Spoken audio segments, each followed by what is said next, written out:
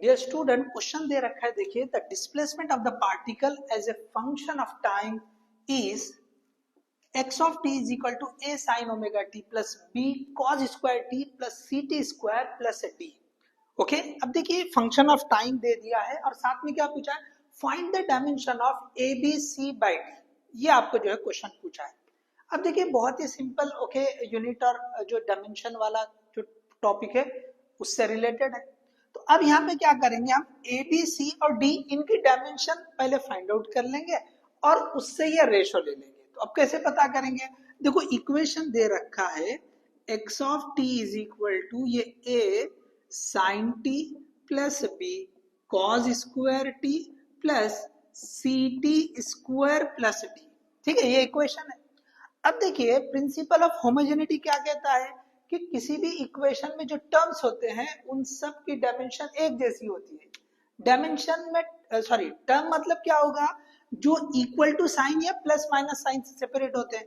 तो ये एक टर्म हो गया, उसके बाद यहाँ पर ये एक टर्म हो गया, उसी तरह से ये भी एक टर्म है, ये भी एक टर्म है, ये भी एक टर्म है। मतलब अगर हम ये ऐसे एक एक लिखते बैठे कि भाई ए साइन ओमेगा टी, पहला ए साइन टी सॉरी, तो अगर मैं यहाँ लिख दूं ये ए साइन टी, ओके, ए साइन टी, अब यहाँ देखते चले आप ए साइन टी, तो इसकी डायमेंशन किसके जैसी होनी चाहिए, this is same as dimension of X. Okay, X क्या है तो डिस्प्लेसमेंट है, तो यहाँ पे क्या लिख देंगे, तो ये जो साइन है sine function, okay, it is unit, it is dimensionless. तो इसका मतलब यहाँ पे सिंपली अगर डायमेंशन ऑफ ए की बात करेंगे, so this is the dimension of displacement जो कि लेंथ होगी। So this is we are having first one. इसी तरह से दूसरा लिखे आप टर्म, तो दूसरा टर्म क्या है, तो हमको यहाँ पे डायमेंशन ऑफ ये b cos स्क्वायर टी, इसकी भी डायमेंशन किसके जैसी होनी चाहिए, same as the dimension of displacement. तो यहाँ पर भी हम लिखेंगे डायमेंशन ऑफ डिस्प्लेसमेंट, तो cos स्क्वायर टी फिर से ट्रिग्नोमेट्रिक फंक्शन है, डायमेंशन लेस होगा, इसकी डायमेंशन ही नहीं होगी, मतलब 1 रहेगा सिंपली। तो यहाँ पे b की भी डायमेंशन क्या हो जाएगी, dimension of displacement means length. तो ये आपके पास दूसरा आ गया।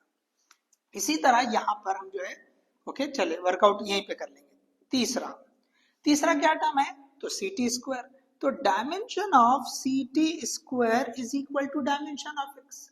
तो यहाँ पे डायमेंशन ऑफ सी क्या हो जाएगा, तो डायमेंशन ऑफ ये x divide by dimension of ये टी स्क्वायर। तो आप क्या लिखेंगे, इसको लिखेंगे एल, और ये टी स्क्वायर ऊपर आ जाएगा, तो सिंपली ये हो जाएगा एल और टी ऊपर आके -2, तो टी -2, सो एल टी -2 ये हो जाएगा।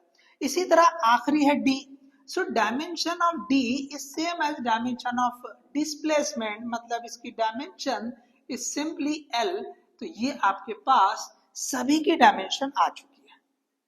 ओके, तो ए बी सी डी सभी की डायमेंशन आ गई। अब यहाँ पे लिखो कि dimension of this A B C by D, तो ये आप लिख दें, डायमेंशन ऑफ ए क्या है, तो एल है, उसके बाद फिर से डायमेंशन ऑफ बी क्या है, तो वो भी एल है, इसके बाद डायमेंशन ऑफ सी क्या है, तो एल टी -2 है, ठीक है, और उसके बाद ये होल डिवाइड बाय अगर लेंगे हम, तो यहाँ पे डी की डायमेंशन क्या है, so this is same as again L.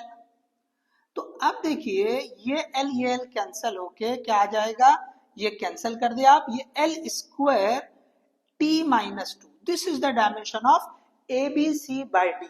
तो यहाँ पे कौन सा ऑप्शन आ रहा है, L square T -2, so here you will get B option is the correct one.